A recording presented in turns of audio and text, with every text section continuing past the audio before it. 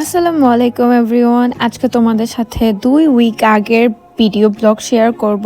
Because এই কয়েকদিন হচ্ছে আমি অনেক ব্যস্ত ছিলাম নিজের লাইফ নিয়ে, মানে এইটা ওইটা নিয়ে অনেক বিজি ছিলাম, তার জন্য ব্লগ শেয়ার করতে পারিনি। তাই ভাবলাম যে আগেরগুলোই হচ্ছে তোমাদের সাথে কেননা শেয়ার করি। So let's get started.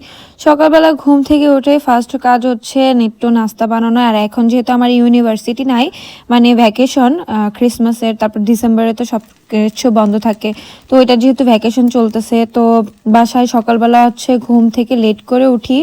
আর ঘুম থেকে ওঠার পর কি খাবো কি রান্না করবো এটা নিয়ে অনেক ডিসাইড করতে করতেও লেট হয়ে যায়। তো ওই দিন হচ্ছে আমি এক পাশে চা বসাই দিচ্ছিলাম, আরেক পাশে হচ্ছে পরোটা ভাজতেছিলাম, আরেক পাশে হচ্ছে চিকেন আগের দিনের রান্না করা ছিল ওইটা একটু গরম করে রাখছিলাম। তো চা বানাচ্ছিলাম। সকালবেলা 1 কাপ চা না খাইলে খুবই মানে বিরক্ত লাগে, মানে সারাদিন মনে হয় যে এই চা না খাইলে সারাদিন কাটবে না। কার কার এরকম অবস্থা সবাই কমেন্টস করে জানাবা। তো ওই দিন হচ্ছে চাটা এত মজা হয়েছিল, কালারটা এত সুন্দর হয়েছিল। সকাল সকাল এরকম হচ্ছে নাস্তা আমি বাংলাদেশে যখন ছিলাম তখন তো প্রায়ই খাইতাম, আম্মু রেডি করে রাখতো। আর এখানে যেহেতু খুব একটা সময় হয় না, তো ইংলিশ ব্রেকফাস্টটাই বেশি করা হয়, এরকম দেশি ব্রেকফাস্ট খুব একটা সচরাচর করা হয় না সময়ের কারণে।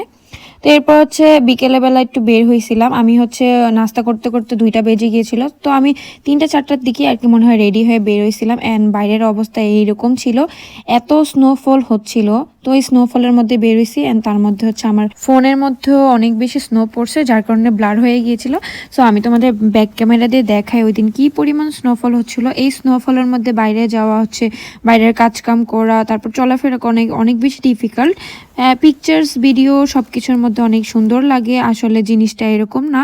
স্নোর মধ্যে আসলে যে পরিমাণ ঠান্ডা থাকে আর তার মধ্যে স্নোফল, তো সব কিছু মিলিয়ে চলাফেরা করা অনেক বেশি ডিফিকাল্ট হয়ে যায়।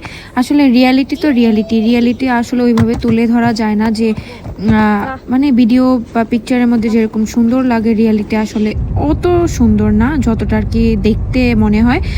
আসলে কাছ থেকে দেখলে, কাছ থেকে জিনিসটা উপভোগ করলে ওই জিনিসটা আর কি বেশি বোঝা যায়। দূর থেকে ভিডিওতে পিকচারে খুবই সুন্দর লাগে অ্যান্ড খুবই প্রাণবন্ত লাগে, না জানি কি। সো বাইরে যেহেতু গিয়েছিলাম তো একটু শপিং করতে গিয়েছিলাম, মানে গ্রোসারি, বাসায় টুকটাক জিনিস লাগতো। তো গিয়ে দেখি লিডলের মধ্যে লিচু দেখে আমি অনেক খুশি হয়ে গেছি। তো আমার এখনই নিতে হবে এরকম একটা অবস্থা।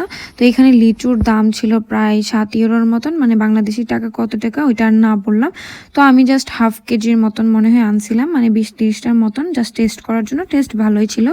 এরপর বাসায় এসে রাতের বেলা কি খাবো ওইটা নিয়ে ভাবতে ভাবতে ভাবলাম যে আমি একটু এখন তাহলে পাস্তা বানাই। তো ওইটাই আর কি প্রিপারেশন নিচ্ছিলাম কিভাবে বানাবো। এইদিকে আমি পাস্তা সিদ্ধ করার জন্য পানি বসাই দিছি। পানিটা ভালো মতন বলক চলে আসলে আমি পাস্তা দিয়ে দিব। দেন সল্ট অ্যান্ড যে অয়েল আছে ওইটা দিয়ে ভালো মতন সিদ্ধ করে দেন পাস্তাটা আমি কুক করব। আর এইদিকে আমি পেঁয়াজ কেটে রাখছি, সাথে একটু টমেটো অ্যান্ড বাকি সবজিগুলো কেটে নিব। আর এইদিকে হচ্ছে আমি চিকেন রান্না করার জন্য বের করছিলাম। তো এটা হচ্ছে আমি ভিজাই রাখছি গরম পানিতে। তো এখান থেকে আমি কয়েক টুকরা চিকেন নিয়ে হচ্ছে পাস্তার মধ্যে দিব।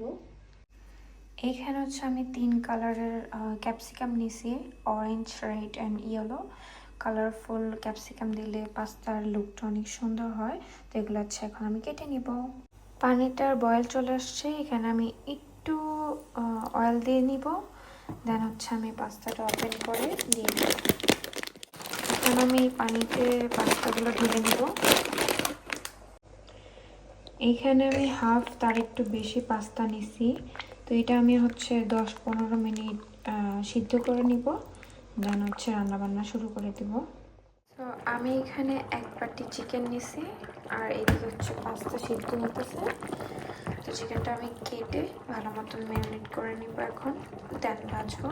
পাস্তাতে ইউজ করার জন্য আমি এই সসগুলো ব্যবহার করব, তার জন্য হচ্ছে বের করে রাখছিলাম, ওইটাই তোমাদের সাথে জাস্ট শেয়ার করলাম, একটু দেখালাম। আমি এক্সট্রা আর কিছু ইউজ করব না, জাস্ট গোলমরিচ, পেঁয়াজ মরিচ, তারপর হচ্ছে একটু সয়া সস, নর্মাল যে সসগুলো থাকে আপনি যে যে সসগুলো পছন্দ করেন ওগুলো ইউজ করতে পারেন। অ্যান্ড সাথে বাটার, তারপর হচ্ছে আমি চিকেনটা একপাশে ম্যারিনেট করে রাখলাম, এখন বাটার দিয়ে দেবো। আমি পুরো পাস্তাতে বাটার দিয়ে বানাবো। ফার্স্ট বড় একটা ফ্রাই প্যান নিলাম যেটার মধ্যে ফুল পাস্তাটা কুক করব। ফ্রাই প্যানটা গরম হয়ে গেলে ওইখানে আমি বাটার দিয়ে দিব। বাটারটা আমি আমার পরিমাণ মতোই নিয়েছি, যে যতটুকু খান ততটুকু দিয়ে নেবেন, অথবা অলিভ অয়েল ইউজ করতে পারেন। তো এই বাটারের মধ্যে হচ্ছে আমি কুচি কুচি যে পেঁয়াজগুলো রেখেছিলাম ওগুলো দিয়ে দিলাম। ওইটা হচ্ছে ভালো মতন সর্টি করে নিব। এরপর হচ্ছে এইদিকে আমি পাস্তা দেখাচ্ছিলাম, এটা হচ্ছে আমি খুব একটা কুক করি নাই, মানে এরকম হয়েছে, আর খুব একটা নরমও করি নাই। পাস্তা খুব একটা বেশি নরম হইলে খাইতে মজা লাগে না। তো এইদিকে হচ্ছে আমি পেঁয়াজটা যে দিয়েছি এটা হচ্ছে একটু নরম করে নিচ্ছিলাম, মানে খুব ভাজা ভাজা করব না, এরকম থাকবে, মানে হাফ কুক করা থাকবে। তো এই পেঁয়াজের মধ্যে হচ্ছে আমি যে ম্যারিনেট করা যে চিকেনগুলো ছিল ওগুলো দিয়ে দিলাম। তো এইখানে হচ্ছে চিকেনগুলো ভেজে নিব, তাহলে সুন্দর একটা ফ্লেভার আসবে। আর চিকেনগুলো ভেজে নিলে মানে একদম প্রপার কুক হবে। তো ভালো মতন পেঁয়াজ তারপর হচ্ছে চিকেন ভালো মতন কুক করে এইখানে হচ্ছে আমি একটু রসুন কুচিও দিয়েছিলাম, ওটা দেখাইতে ভুলে গেছি। এরপর হচ্ছে বাদবাকি যে সসগুলো ছিল ওগুলোও দিয়েছিলাম। তো এখানে হচ্ছে সবগুলো সস একসাথে দিয়ে নেই, কিছু কিছু দিয়েছি। তো এখানে হচ্ছে আমি গোটা কতগুলো টমেটোও দিয়েছি। এরপরে লাস্টের দিকে হচ্ছে আমি আবার টমেটো পেস্টও দিয়েছি, যাতে গ্রেভিটা অনেক সুন্দর কালার হয়, যে এই টমেটো পেস্টটা। তারপর হচ্ছে সুন্দরভাবে এই জিনিসটা কষিয়ে দেন পানি দিয়েছি। পানি দেওয়ার পর এরকম একটা গ্রেভি আসবে। যদিও এটা হচ্ছে আমার সিগনেচার পাস্তা, মানে আমি পাস্তা যখন বানাই আমি আমার মতন বানাই, আমি কোনো কিছু ফলো করি না, মানে কে কীভাবে বানায় ওটা ফলো করি না, আমি আমার মতন বানাই। যখন প্রপার জিনিসটা কুক হয়ে যাবে বা কষানো হয়ে যাবে, সব সস তারপর হচ্ছে চিকেন সব কিছু কুক হয়ে যাবে, তখন ওই গ্রেভিটার মধ্যে হচ্ছে আমি যত টাইপের সবজি বা ক্যাপসিকাম কেটে রাখছিলাম ওগুলো দিয়ে দিব। তো সবজিগুলো আমি খুব একটা কুক করব না, মানে একটু কাঁচা কাঁচা থাকবে, মানে মিডিয়াম যে রান্না বলে ওইটা ওইরকম থাকবে। তো এটা হচ্ছে যখন পানিটা শুকিয়ে যাবে, খুব একটা পানি থাকবে না, গ্রেভিটা এরকম থাকবে, তখনই হচ্ছে আমি পাস্তা যে বয়েল করা পাস্তাটা সাইডে রাখছিলাম ওইটা হচ্ছে দিয়ে দিব। তো দিয়ে হচ্ছে আমি সুন্দরভাবে ওই গ্রেভিটার সাথে পাস্তাটা মিক্স করব। তোমরা হচ্ছে একবার হইলো এই পাস্তাটা হচ্ছে ট্রাই করে দেখবা বাসায়, এত মজা হয়। অ্যান্ড এটা হচ্ছে আমি প্রায় বানাই যখন আমার হাতে সময় থাকে, বিকজ এটা একটু সময় নিয়ে বানাইতে হয়। অ্যান্ড এই পাস্তাটা দিয়ে হচ্ছে তোমরা চাইলে বেক পাস্তা বানাইতে পারো, মানে শুধু হচ্ছে বেশি করে চিজ দিয়ে তারপর হচ্ছে বেক করে নিবা। আমি যেহেতু এখন চিজ টেজ সব কিছু অ্যাভয়েড করতেছি, তো আমি এখন ওইরকমভাবে চিজ খাই না, তাহলে আমি বেক পাস্তাই বানাইতাম। দেখতে এরকম হয়েছে, খেতে এত মজা হয়েছে, এত ডিলিশিয়াস ছিল কি বলবো। এই পাস্তাটা আমি এক বসায় সব খেয়ে ফেলতে পারবো, এরকম একটা অবস্থা। তো পাস্তা খাওয়া শেষ করে দেন হচ্ছে একটু মুভি দেখলাম। তো তারপরের দিন হচ্ছে আমি কিছু ভিডিও ক্লিপ অ্যাড করেছিলাম, এটা যেহেতু উইকলি ব্লগ, তো এর জন্য হচ্ছে অনেক অনেক ক্লিপ দেখবা।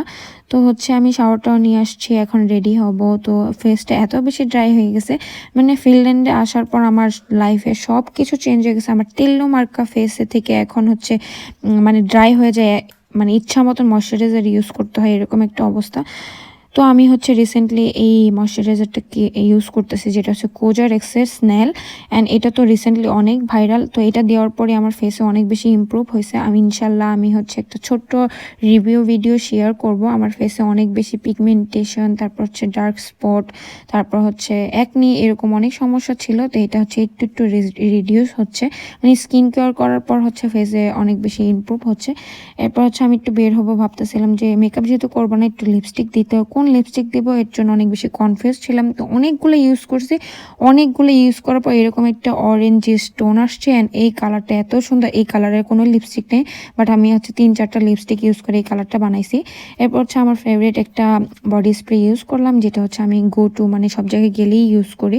এরপর হচ্ছে ঝটপট করে বের হয়ে গেলাম। ওই দিন হচ্ছে একটু বের হয়েছিলাম ঘোরাঘুরি করার জন্য। তো বাইরে বের হয়ে দেখি এরকম অবস্থা, মানে এত বেশি স্নোর পুরো আস্তর পড়ে গেছে। তো আমার এই 6-7 মাস খালি ব্লগের মধ্যে স্নো আর স্নো দেখবা, তোমরা হয়তো অনেকে বিরক্ত হয়ে যেতে পারো, বাট কিছু করার নাই।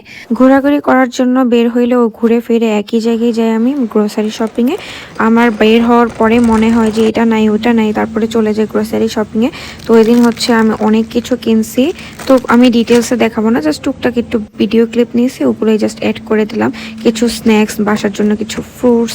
এই ছিল আমার উইকেন্ডের উইকলি ডেইলি ব্লগ। কেমন লাগলো তোমাদের অবশ্যই কমেন্টস করে জানাবা। আল্লাহ হাফেজ এভরিওয়ান, থ্যাঙ্কস ফর ওয়াচিং।